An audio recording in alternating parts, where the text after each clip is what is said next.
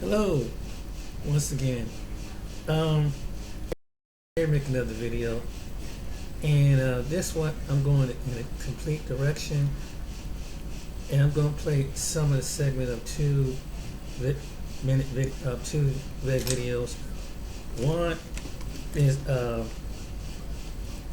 one of the videos is, and it's coming from a man called he called it the rate replacement theory explained, and he goes into detail.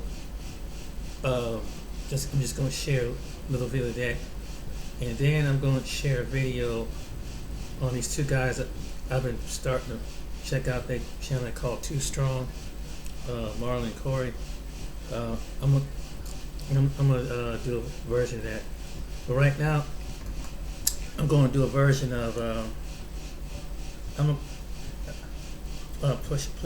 pull up this video. But So a lot of y'all missed what they announced on the news last week. and you know what happened with Charlottesville? Why do people act the way that they do? What is mainstream? I'm getting $540 per month. These mainstream white males, some of them All you do, have to do is go to this website and here, and people in answer general do, questions, in get the on mainstream phone with community. somebody. Easily, So literally get on, speak to them, and get your card. They'll send it direct. Will whites represent a smaller percentage of the proportion of the world? Well, who counts as white on YouTube?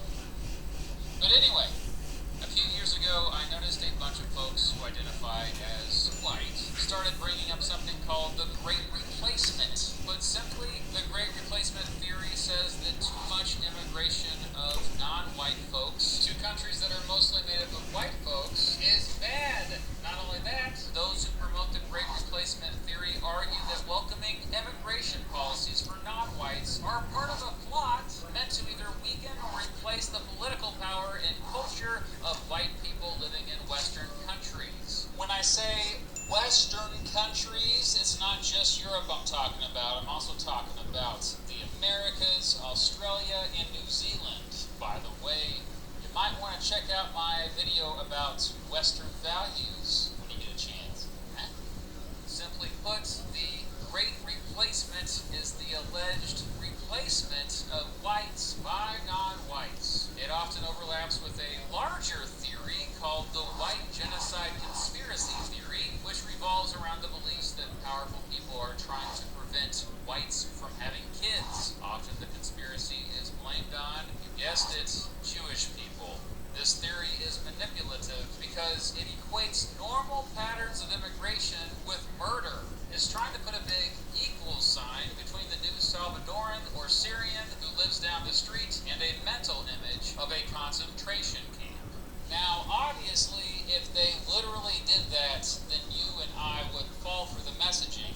Therefore, the messengers have to be a little bit more subtle about it. And lately, they've gotten pretty good at manipulating us. Here's the thing though, not only are those who preach about the Great Replacement theory manipulating us, but as it turns out, the entire theory is bullcrap. It's literally not backed by evidence at all. There is no secret plot to get rid of white folks, but let's just say that there was. Well, they must be doing a pretty poor job, eh? Since there are more white folks now than ever before. You might be thinking, well, duh, Mr. Beat, but whites represent a smaller percentage of the proportion of the world. Well, who counts as white isn't based on genetics or even demographics. It's based on politics. In the United States, for example, Irish Americans, Italian Americans, and Polish Americans weren't considered white until the early 1900s. Greek Americans weren't white until just a few decades ago. Some Arab Americans used to be considered white, but by the end of the 1900s were no longer considered white. Even though race isn't a biological reality, it has still been a way for people in power to divide us up over the years. Not only that, immigration is simply currently not high enough, nor will it likely ever be, to make it so that skin color, values, or culture will completely change in one country. Sure, there will be demographic changes, and there already has been, but there is no evidence that these recent demographic changes have dramatically changed the dominant culture and values of any one country. We we often just see cultural assimilation. Oh, cultural assimilation is the process in which a minority culture gets absorbed into the dominant culture of a society. Not that that matters, as these immigrants already share American values. That's why they're coming here. And the different cultures they bring are almost always beneficial to American society. Also, most immigrants, and especially their children, assimilate peacefully into the existing culture, which, by the way, is constantly changing anyway, and has always been multicultural. This is no surprise to me, as I've had many students who were the kids of immigrants, but if I didn't know they were the kids of immigrants, I would have assumed that their family had been in this country for many generations. So then it just comes down to skin color, and if you're really concerned that skin colors of all humans in your society might change, have you ever stopped to ask yourself, why? Skin pigmentation is highly correlated with distance from the equator. That's right. The random lottery of how far you are from this line determines what color you get to be. The primary pigment in human skin is melanin, which is used to protect us from the sun. Just because your friend Jessica doesn't get sunburnt as often as you doesn't make her any less human. More than that, this distribution of colors has changed a lot over human history, and Europeans from even just 8,000 years ago looked dramatically different than they do today. Keep in mind that for the vast majority of human history, humans with lighter skin pigmentation have not existed. So who came up with the Great Replacement theory? Well, apparently this dude came up with a modern concept of the Great Replacement theory, Rene Camus, a French writer who at least popularized the term with a couple books, the first of which came out in 2010. Camus argued that white Europeans were being disproportionately replaced by immigrants from Africa and the Middle East, which could lead to the, quote, extinction of whites. Camus particularly was afraid of Muslim immigration, arguing they often had a much higher birth rate than whites. Even though around 40% of Muslims identify as, white, but I digress. It's not surprising that white supremacists were attracted to Camus' Great Replacement theory, but incredibly it became fairly mainstream by the time I first encountered it in this 2017 This coming from a white man. video by, This ain't a black man saying this. what was her name? Northern? Can you say it? Warren Northern? Yeah, I think that was it. Well, the video has since been taken down, but still, back in 2017 it did very well, and just Warren casually bringing up the theory like it ain't no thing was surprising. It was proof that Camus had given white supremacists a powerful argument to use, even if that argument was false. Since then, his followers have described immigration as an invasion, and they generally promote the idea that non-white immigrants, whatever that means, have dramatically different values than whites and are trying to erase white culture. Isn't it just another version of xenophobia? I mean, yeah, basically. Yeah, before Camus popularized his Great Replacement theory, going back more than 100 years before that in France, there was a nationalist, anti-non-white immigrant movement brewing there. In fact, in most of the Western world, going back to the 1800s, there have been similar movements, especially due to the increase of correlates with what he's immigrants saying. in the Western It's a black woman, world and from African she's no and longer Asian living. countries. Because of this xenophobia, many people in Western countries called for nativism, or the policy of protecting native-born citizens over immigrants. Xenophobia hasn't always been about skin color. In the United States, for example, many nativists hated the Irish, Catholics, Jewish people. This is what led to groups like the Ku Klux Klan. Oh, goodness.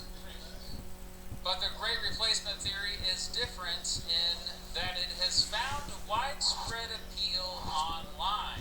Media-savvy white supremacists have been successful making it appealing to people who are, definitely not white supremacists. This might be because now they say Great Replacement instead of white genocide.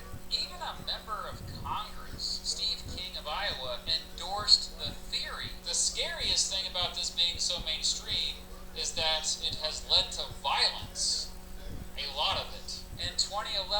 this guy from Norway wrote a 1,500-page manifesto explaining his fear of white ethnic replacement by migrants from the Middle East and North Africa. He then killed 77 in a terrorist attack. In 2018, this guy from Pennsylvania posted online that Jews were responsible for the Great Replacement and they needed to be killed. He then went on to kill 11 people in a synagogue in Pittsburgh. Some of those were Holocaust survivors. The next year, this guy from Texas also wrote a manifesto that said he was going to defend his country from a, quote, cultural and ethnic replacement brought on by an invasion of Hispanics. He then went on to kill 23 people at a Walmart in El Paso. And then, of course, the Buffalo shooting, which happened while we made this video, also was inspired by the Great Replacement theory. Now, obviously, not everyone who falls for these lies will commit a mass murder, but anyone, including me and you, can fall for Great Replacement theory messaging since they use manipulative tactics to make false claims sound plausible. And if we're not careful and critical, we can be manipulated, and heck, we could even be radicalized by this stuff. For the rest of this video, we're going to look at how people fall for the Great Replacement theory and look at how you can avoid falling for it too. Those who tend to promote the Great Replacement theory often use the same talking points. They are all bullcrap, but persist anyway. Talking point number 1. Biology is destiny. It's manipulative because when we hear biology, we think, oh, it's science, so it has to be legit, right? This one says that culture is genetically determined and that genetic features predetermine cultural traits. For example, they might say that all of the problems in the African American community and in all of Africa are rooted in inferior genetics or culture. In other words, they say that black people inherently are less intelligent or more likely to be violent. It's bullcrap. It's been disproven by decades of scholarly research. For example, many outcomes from measures of intelligence to violence are driven by socioeconomic status and income inequality. There is absolutely no evidence that biology is the driving factor. For example, African Americans perform similarly to other Americans when given access to the same opportunities. Talking point number 2. We are brave to speak the truth, and the normies are cowards. It's manipulative because it's fun to be in a secret club and have access to secret information. Basically, this one says that people with racist beliefs are actually countercultural truth tellers. They're not sheep who conform. Yeah, if conforming means not being racist, I think we ought to conform then. And for people who don't conform, they sure use the same talking points a lot. Talking point number 3. Diversity is conflict. It's manipulative because the vast majority of us fear conflict. And this one says that diversity automatically causes conflict. It often relies on cherry-picking evidence and studies to back up its claim. It's bullcrap. There is plenty of research that actually shows that diversity enriches societies, even in the ways the haters claim to care about. For example, diverse groups of problem solvers often outperform groups of high performers on really tough problems. And that makes sense because tough problems mean new perspectives. It's how we got automatic elevator doors, basketball, and the iPhone. That's right, that thing you're watching this video on right now wouldn't exist without diversity. Talking point number 4. Whites are being exploited. It's manipulative because people naturally don't want to be taken advantage of. This one says whites are victims of diversity and says that whites are being taken advantage of by non-whites and, quote, race traitors, or whites that don't have these views. They argue that it's natural for humans to act in the interest of their own race, even at the expense of others outside of their group. It's bullcrap. Remember, powerful people created the whole idea of race in order to divide us and to justify their place at the top of social hierarchies. Also, how exactly are whites being exploited? This is manipulative because it points to a vague threat to make you feel scared, yet doesn't provide good evidence of specific exploitation of whites. And remember, humans cooperating together is what built, all of human history. Talking point number 5. Things used to be so much better is manipulative because we generally all love nostalgia or an emotional connection to a period in the past. This one tries to inspire nostalgia for an imaginary past when things were better and tradition was respected. In particular, this talking point revolves around the myth that, quote, racial purity used to be a thing and that racial groups used to live separately, and because of that, things were better. It's bullcrap. All modern humans originated from Africa. Different groups of humans have always interacted, and new ethnic groups have formed and evolved throughout human history. Talking point number 6. The Jews are to blame.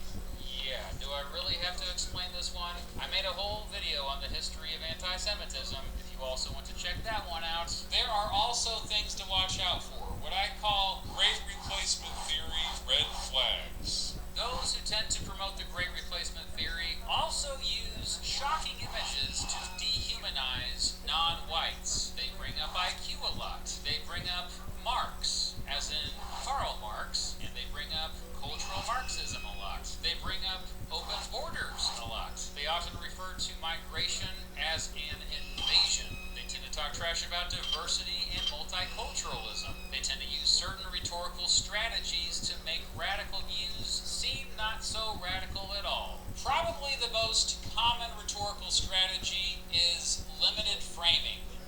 Limited framing is usually applied in videos in which the host on screen will put boundaries on the discussion to make someone with crazy views seem more reasonable. Basically, they leave out the more controversial stuff and focus on the less controversial stuff they are saying. Like that Warren Northern video I mentioned earlier. And to deflect a bit and to convince you that their opinions are not so crazy after all, they'll say things like, people are saying. If you get angry at their opinions, they might say, you mad bro, to attempt to make it seem like you're overreacting. Or weak, they present their information as if they are giving the uncomfortable truth that is a threat to the elites, or the establishment, or the New World Order, or the globalists, or even just they.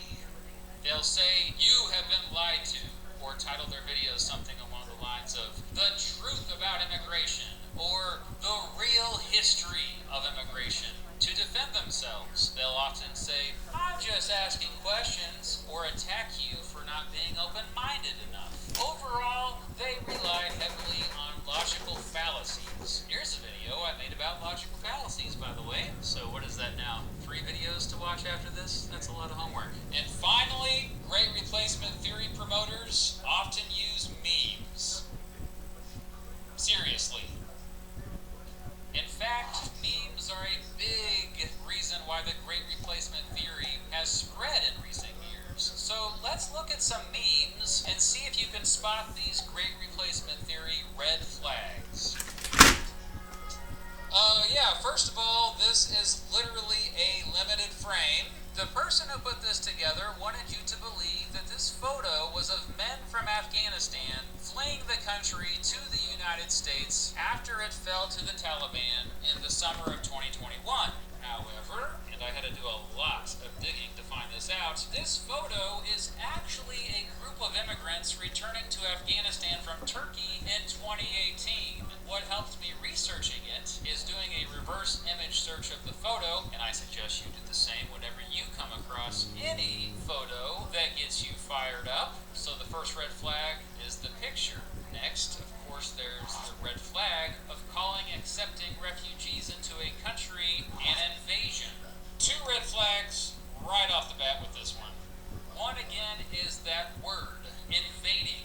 And second is the shocking image to dehumanize. This also hits at talking point number 3. Diversity is conflict. This picture was circulated claiming to be a picture of refugees fighting with police in Germany in 2015 at the height of the refugee crisis. It was used to manipulate people into being afraid of refugees. Well, the picture was actually taken in 2012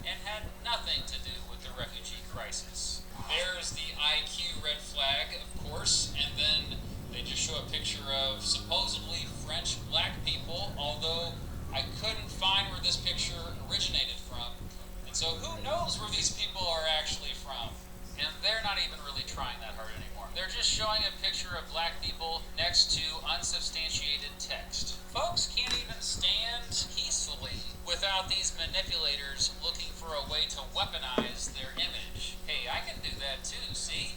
I can write literally anything. It doesn't make it true. And while that link at the bottom goes to a real study, it has nothing to do with rising immigration in France. But how many people would actually click on it to look at that study? Correct? I'm gonna stop it right here. Wow. Now you see what drives the force. But this next video, it speaks on a woman, Frances Cress Welsing, and she studied what he was saying, but her version at the time. She's no longer living, but this offered channel, Runaway Slave. You might want to check his channel out. But it's really interesting, the information what she said. Assalamu alaikum. Okay, so what I had to do for this channel is create an email list. The reason why is because due to the nature of the content of this channel, I don't know when the content is going to just mysteriously disappear or this channel will be shut down. The email list is just for the followers or the subs so that you know where these things are just in case this mysteriously happens. So just go down to the link in the description of the video, click join email list, put your email address in there, and boom, you're good to go. That means that I can also send you other information that I cannot post here on YouTube, and you'll also know where the channel is and where the content is in the event that it does disappear. Okay, let's cook. Okay, so people, today we're going to go over the great Dr. Frances Cress Welsing. Okay, now first let's get into a little bit of her background and where she comes from. She was born Frances Luella Cress on March 18, 1935 in Chicago, Illinois. Her father is Dr. Henry Cress and her mother is Ida Mae Griffin. Both of her parents were professionals. Her father was a doctor and her mother was a school teacher. The family had 3 daughters named Lauren, Frances, and Barbara. Dr. Frances Cress Welsing comes from a bloodline of medical doctors, as her paternal grandfather was a medical doctor also, in addition to her father. Okay? Fair use, copyright Her grandfather was 1976. considered a race man. He had a reputation for being out in the streets, advocating for his people, and trying to push his people forward, okay? And he was known to spend more time in the streets with his people than he did in his actual medical profession. Now, he also was somebody who knew Ida B. Wells as well. Okay, remember Ida B. Wells? I have a video on this channel on Ida B. Wells. Remember, after she left Memphis, Tennessee, she went to Chicago and got it popping over there. So, Frances Cress Welsing's grandfather actually knew Ida B. Wells. Now, it's no surprise that Dr. Frances Cress Welsing became who she is, considering her bloodline, her grandfather, her parents. She has doctors in her family, and she also comes from an environment, being Chicago, that she was raised in, which was the most racially segregated city in the United States of America. Now, when she was young, Dr. Frances Cress Welsing, she received a great education. Her education started off with her parents at home. They built a foundation for her education in the house, which is very important. Her mother made sure that she was always involved in various activities and programs and other things that would enlighten her. Now, in the year of 1957, Dr. Frances Cress Welsing attended Antioch College. Okay? Now, in 1962, she went on to receive her MD from Howard University School of Medicine. So after high school in 1957, she went to Antioch College. She got her bachelor's. Then she went on later on to go to Howard University School of Medicine. Now in the 1960s, of course, because she was at Howard, Dr. Frances Cress Welsing, she moved to Washington, D.C. After school, she worked at various hospitals, mainly children's hospitals, because her goal or her plan was to become a pediatrician.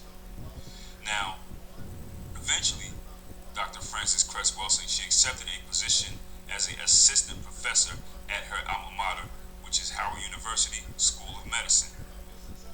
She was also very inspired by Dr. Neely Fuller. Now, Dr. Neely Fuller, she met him at a house gathering one time where he spoke, and she was very interested in what he was talking about at this gathering. So at the gathering, I guess she got his information, and she eventually contacted Dr. Neely Fuller, and she began to study with him. Okay? Now, as an assistant professor at Howard, Dr. Frances Cress Welsing wrote her first literary work, and this was called The Cress Theory of Color and Confrontation and Racism in the year of 1970, okay? She actually wrote it in 69, but she didn't publish it until 1970, okay? And this work that she created was inspired by her studies with Dr. Neely Fuller, okay? Now, in 1970, in her essay, The Cress Theory of Color, Confrontation, and Racism, which is white supremacy, racism is white supremacy, same thing, they're not two different things, okay? So, it was published when she was an assistant professor of pediatrics at Howard University School of Medicine, of course, and what she wrote, it was about the theory of and the origins of racism, and it's rooted in the effects of the varying degrees of that melanin can have on racial perception and development. We're going to get more into that, okay? Now, melanin is the color-producing pigment in the skin, okay?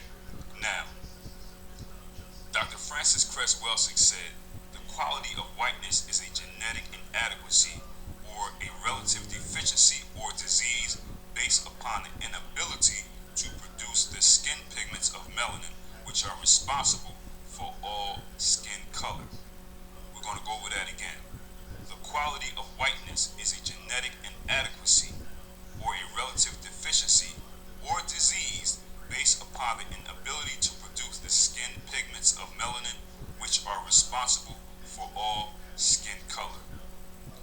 Dr. Frances Cress Welsing also wrote, the majority of the world's people are not so afflicted, meaning with this disease, okay, suggesting that the state of color is the norm for human beings, and it's the absence of color is abnormal. Dr. Frances Cress Welsing taught that white skin was genetically recessive. So right here what she's saying is most people in the world do not have this disease. Most people are not afflicted with this. Most people in the world have skin color. It's normal for people in the world to have melanin, and the people who don't, it is abnormal, okay? And she taught that white skin was genetically recessive. Now, it's something that you have to understand, that people need to understand and note that it's very important.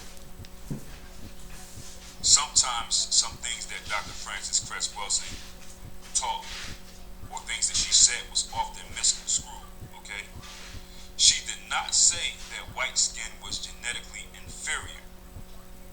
She did not say that. She said that white skin was genetically recessive, which is a totally different thing, meaning the inability to produce melanin or skin pigmentation. This is a recessive trait. It does not mean that one human is better than another or one human is superior or inferior. She wanted to make that clear. She did not say that, okay? And that's very important to understand it, because the goal is to create a system of justice, okay? That's the goal. And if you have one human being that believes that they are superior to another and one is inferior, this kind of mindset does not create a system of justice. There'll be no balance, there'll be no fairness with this belief. Now, if you have this mindset, from the right? earlier video, If before black that people guy, or the melanated people have this mindset, we would start to act just like Europeans, who have created this system of white supremacy, which is opposite of a system of justice, okay? If we have that mindset, we cannot create a system of justice. We will start to treat people like the Europeans treat other people, or people who cannot produce melanin. You will start to act like them, which is what you see often, right? When you see people try to emulate or mimic them, creating their own little systems within systems, brown paper bag test and things like that and other things. You know, we can get deep with that, but let me keep going before I get off track, okay? The genetic recessive people, or those with the inability to produce melanin, are genetically vulnerable, and they can disappear as long as they're white. They can just disappear off the face of the earth, is what the message that Dr. Francis Cress Welsing was putting out there. Because the majority of the people on the planet are melanated, and being that it's not a lot of them, they can disappear off the face of the earth. So there are not enough white people or pale people or people who cannot produce melanin. I might say it wrong again, y'all. Melanin. We say it so many times, I don't know why I'm saying it. But there are not enough people on the planet Earth who don't produce melanin, or who have the inability to produce melanin, okay? The people who have the ability to produce melanin have a dominant trait. And the people, because of this, the people who cannot produce melanin, or the white-skinned people, are scared. And they are very concerned with genetic annihilation. Basically, just being wiped off the face of the earth. They're very nervous and scared about that. And because of this resulted in white males developing an inferiority complex. But instead of accepting it and trying to overcome this inadequacy, their incompetence morphed into like aggressive and hostile behavior towards black-skinned people or dark-skinned melanated people. That was their response due to the fact that they're scared and they have this inferiority complex. Now, Dr. Francis Cress Welsing theorized that as a consequence of their numerical inadequacy and color inferiority, white people may have defensively developed an uncontrollable sense of hostility and aggression towards people of color, which has led to confrontations between the races throughout history, repressing their own feelings of inadequacy. That's from the first video. Set about evolving a social, political, and economic structure to give blacks and other non-whites the appearance of being inferior. There you go. It's very important for black people or melanated people to have a inferiority complex for this thing to work for them, okay? To get into your mind, to get into the heads. They know this. And we see this in our everyday lives with our actions, our mindsets, and sometimes our physical appearances. We see it. We see this in our peoples. The stuff that she's saying here that they have to do and that they want to do due to their nervousness being the fact that they feel as though they may disappear off the face of the earth. We see these actions we see their works or things that they have done working and manifesting in our people's mindsets and our physical appearances. If you travel the world, worldwide, you go to other continents, you go to Africa, you see people with harmful skin products, trying to look whiter, things like that. You see this in America, you see this in Africa. This is due to an inferiority complex that Dr. Francis Cress Welsing is speaking of, okay?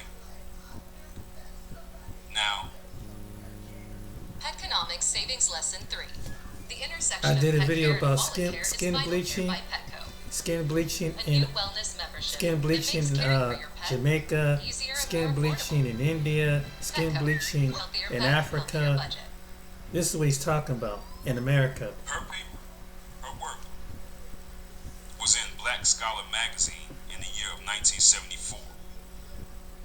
So Dr. Francis Cress Welsing, her works from her first paper that she actually put out and published in the year of 1970, it was in the Black Scholar magazine in the year of 1974, and it was the first and most potent psychoanalysis of the origin of the artificial white supremacy and the introduction of Dr. Francis Cress Welsing on the African American literary scene. Okay? So now people know who she is. Her name is out there. But it wasn't in a good light, y'all. When her name went out there, it wasn't in a good light. She was shunned by black academics to begin with, and for writing this book, putting this out there, she got fired from Howard University in the year of 1975, or she didn't get her tenure. Basically meaning they let her go, they fired her. When they said, oh, you're not getting tenure, that And basically black means, hey, we're gonna Howard fire you. University is a black university. After they did this, she did take them to court, but she was unsuccessful. So at this time, Dr. Frances Cress Welsing, she was not embraced by many people at all for her theory. Now we know that Howard University, the school, her alma mater that she went to, is a HBCU. She's a graduate of this place. And when she really broke down the religion of white supremacy and its origins and why things are the way they are, she was fired by these people. So that should tell you enough about some of these people over here at Howard. And if you look at Howard today, you know, you'll figure a lot of things out just from paying attention.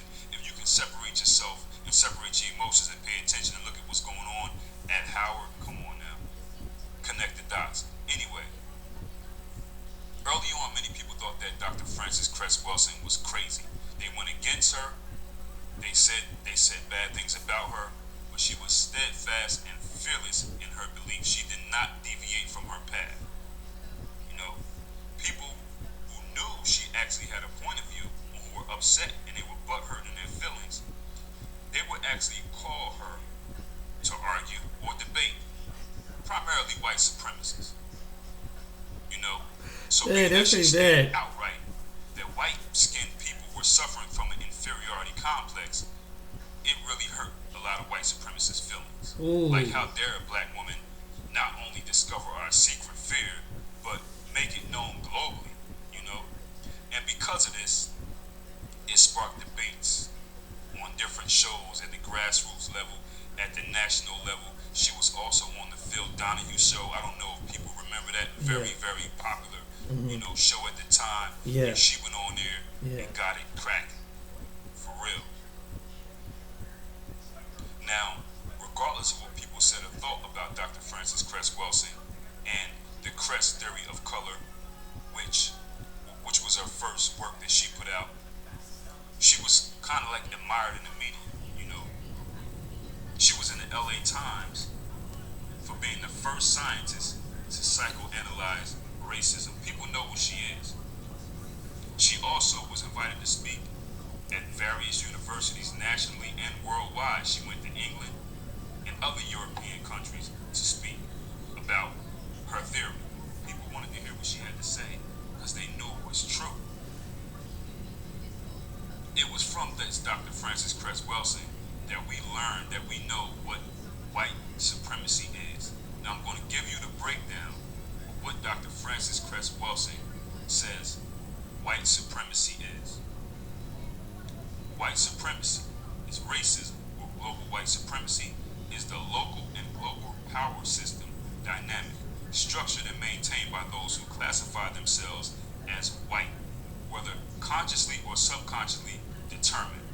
The system consists of patterns of perception, logic, symbol formation, thought, speech, action, and emotional response as conducted simultaneously in all areas of people activity, meaning economics, education, entertainment, labor, law, politics, religion, sex, and war. The ultimate purpose of the system is to ensure white genetic survival and to prevent white genetic annihilation on Earth. A planet in which the overwhelming majority of people are classified as non-white, meaning black, brown, red, yellow, or having melanin, by white-skinned people. The majority of people on Earth have melanin. The minority are white or pale. They are concerned with disappearing off the face of the Earth. She also said, all the non-white people are genetically dominant in terms of skin coloration compared to the genetic recessive white-skinned people. This is what white supremacy is. It don't get no better than that. It don't get no more to the point than that right there.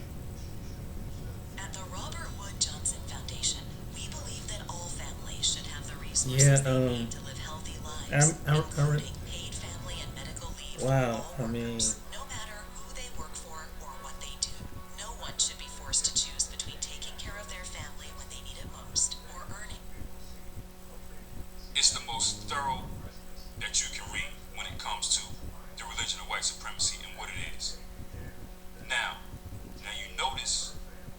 her definition of white supremacy, it said that it covers patterns of perception, logic, symbol formation, thought, speech, action, and emotional response as conducted simultaneously in all areas of people activity: economics, education, entertainment, labor, law, politics, religion, sex, and war.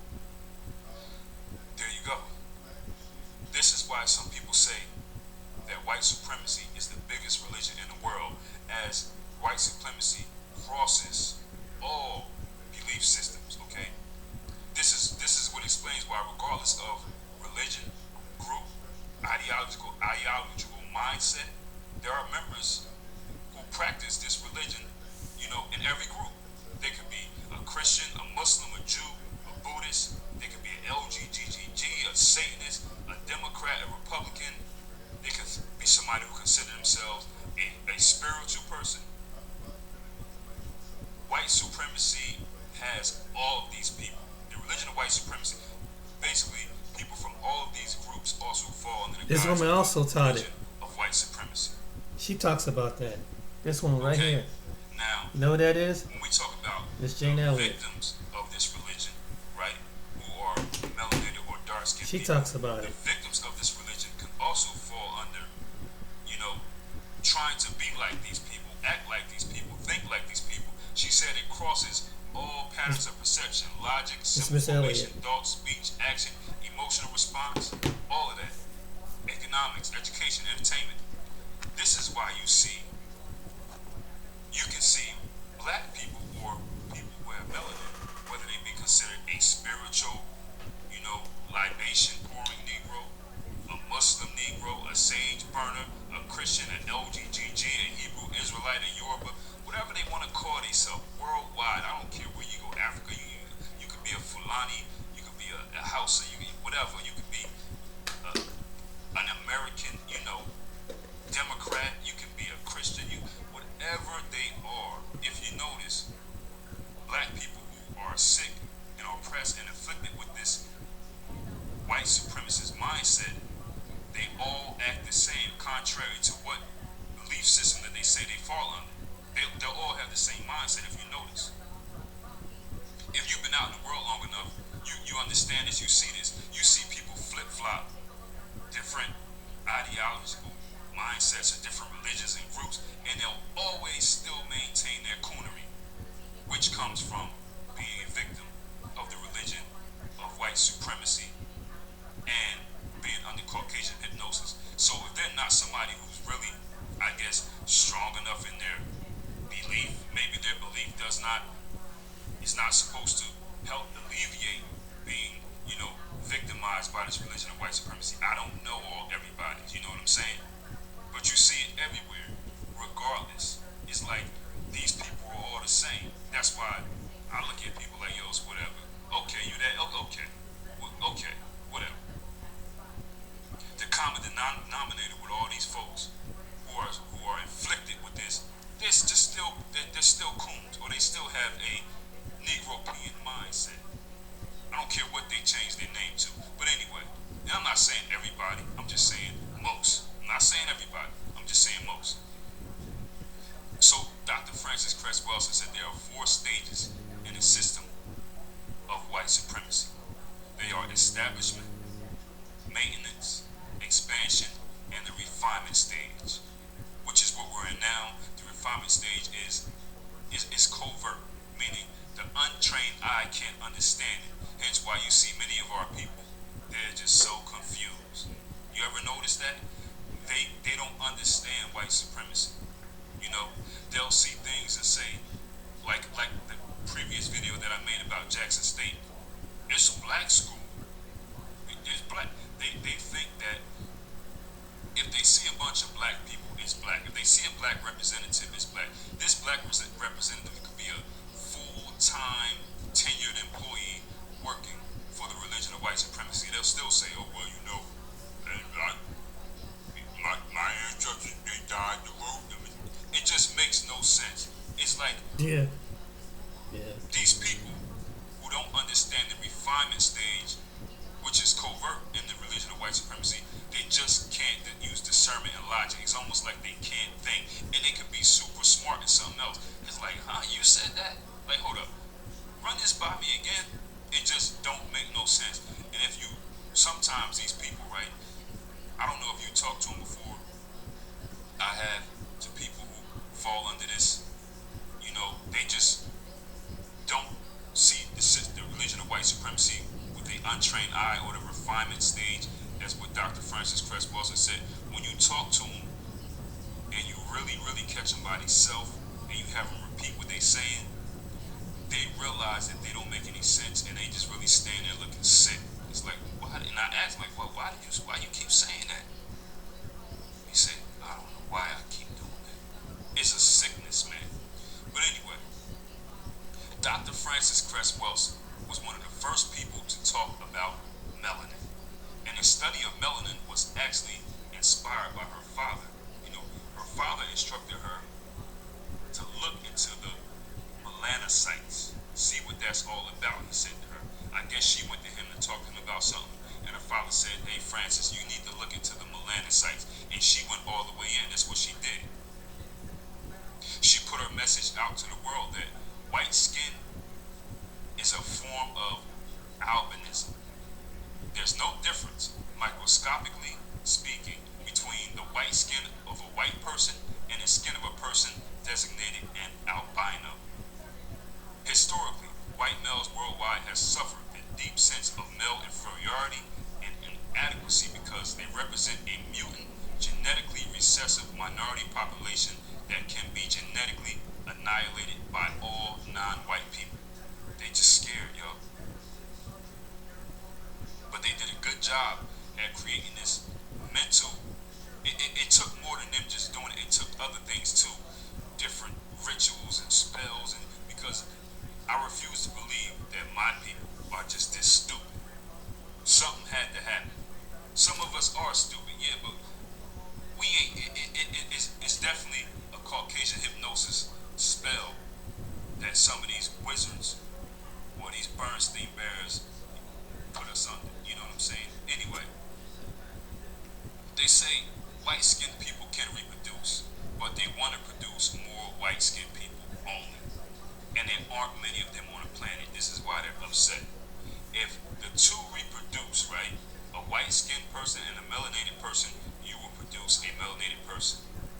This is why these white-skinned people, pale people, or people who don't have the ability to produce melanin, this is why they will never be satisfied with these half-breed children.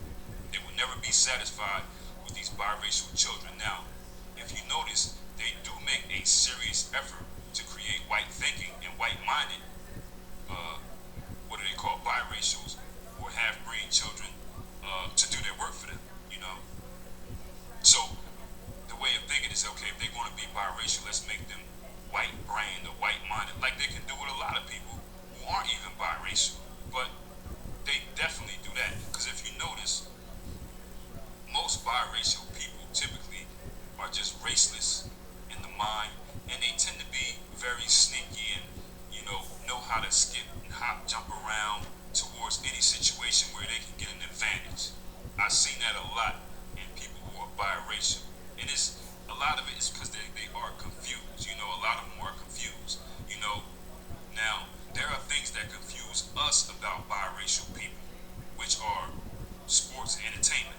Okay, so we sometimes take sports and entertainment and think, okay, well, these biracial people, yeah, they black. No, they're not.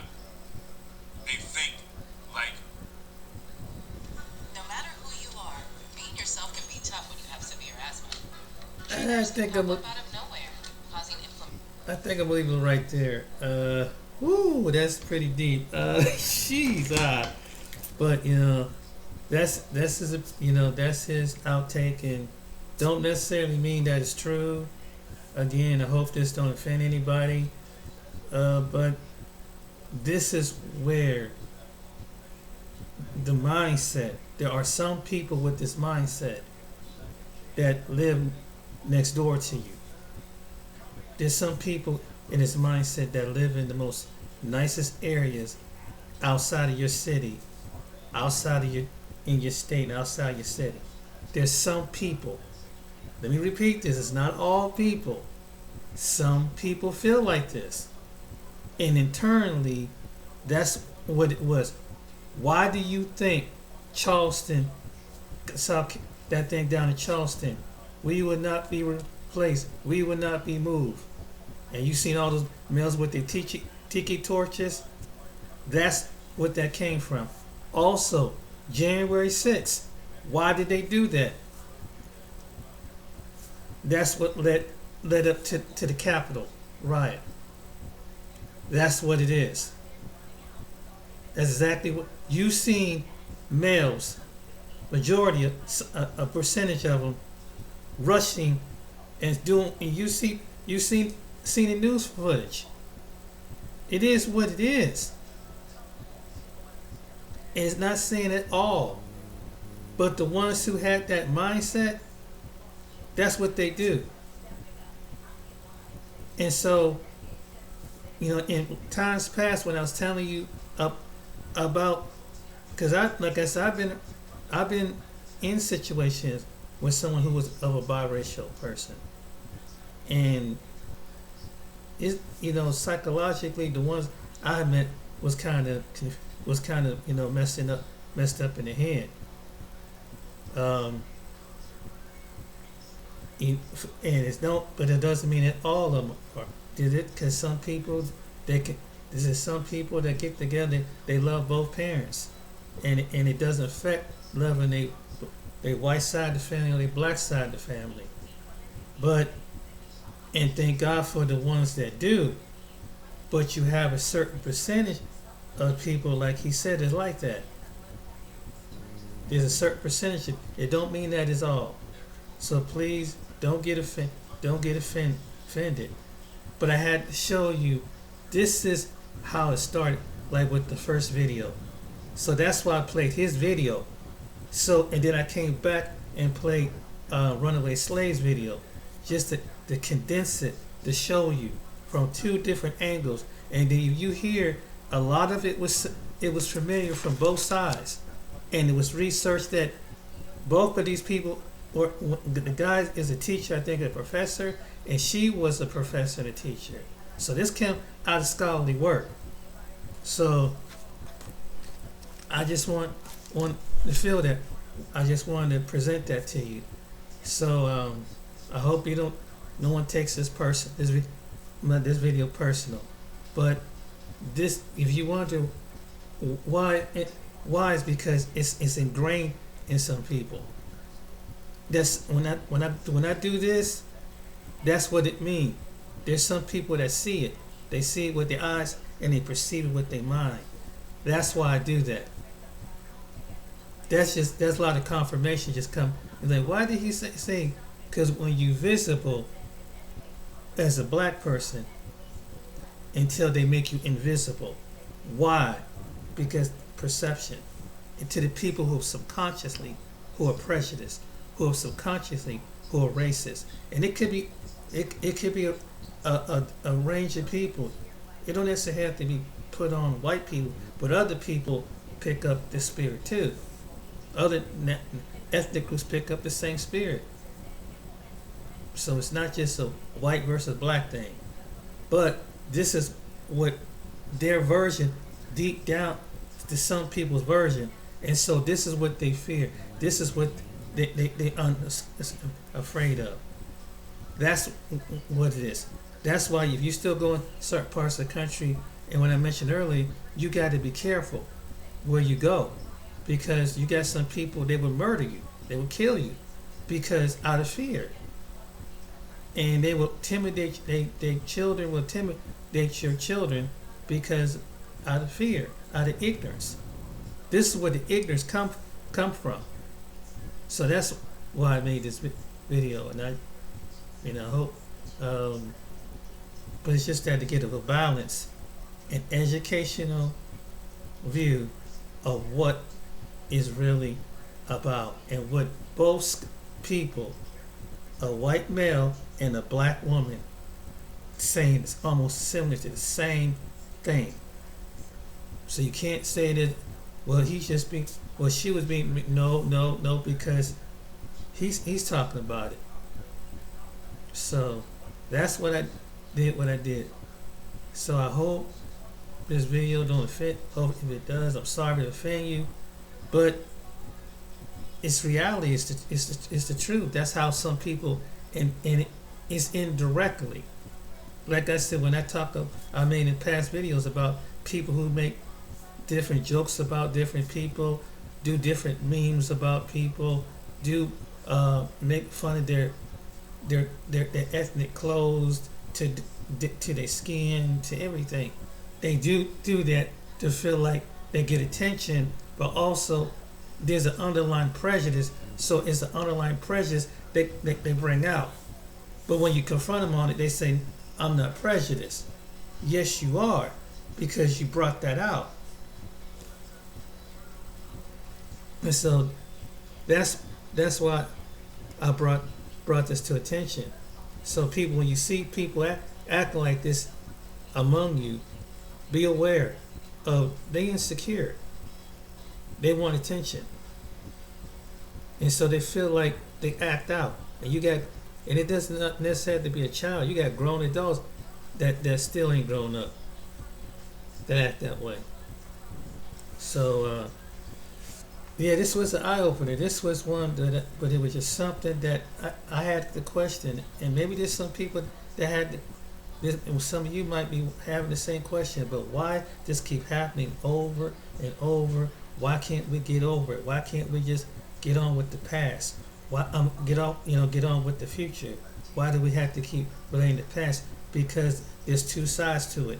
You got people that if we did move on with the past, there's some individuals out of a particular group of people will think this is strange, and it could be on the black side as well as the white side, because you got people that perceive on this is what it's supposed to be, what they've been told and what they've been shown, what one of their relatives said, what they've learned on TV, what they heard from somebody that they know. So they built up an opinion, and they built up insecurity and prejudice. So this is what she's saying, and then it really affects black people in a way too. It affects us. That from something from then, because some people carry over. That's the ways of when they some had ancestors that were slaves. Some of us that had no slaves, we pick up them demeanors. That's true. So it's true. I mean, I've seen it. I'm in my 50s, and I've seen it throughout my life. And what they were saying, I've seen it in America. I don't know how it's in parts of the world, other parts of the world, but in America, that's why Americans can't get over racism, because they won't let it go, and they have to keep it. There's a segment because it's a system of the totem pole chain. It's a totem pole, black on the bottom, the white on top, and the people on top tells that we can only elevate the people, whether yellow, brown, red, tan, they can come up. But the black always have to be down. Dark brown had to be down. They have to be down. Totem pole. White supremacy. Boom. That's the way they designed it. That's what the replacement theory, they want to keep that system up. That's why, to keep it the way it does. That's why that's why you see all these different groups, all these white nationalist groups. That's what they want. That's why they come out. That's what happened in Charlotte, what happened at the White House. That's what it's about. They feel like they're going to be replaced. So that's what what the first video was telling you was the truth. So I hope this was enlightening and education and an open answer why all this happened. What does this mean? Now you see it. And it's just you never know who you live next door to that carry that mentality. they can smile in your face, but when you get them, you find out what they really think about. And if you're a white person listening to this, you'll find out. Trust me. You'll see the signs. So, this is controversial, not to be offensive to anybody, but I hope you enjoyed this video. Until next time, you guys take it easy and be blessed. And maybe one day we can figure this thing out.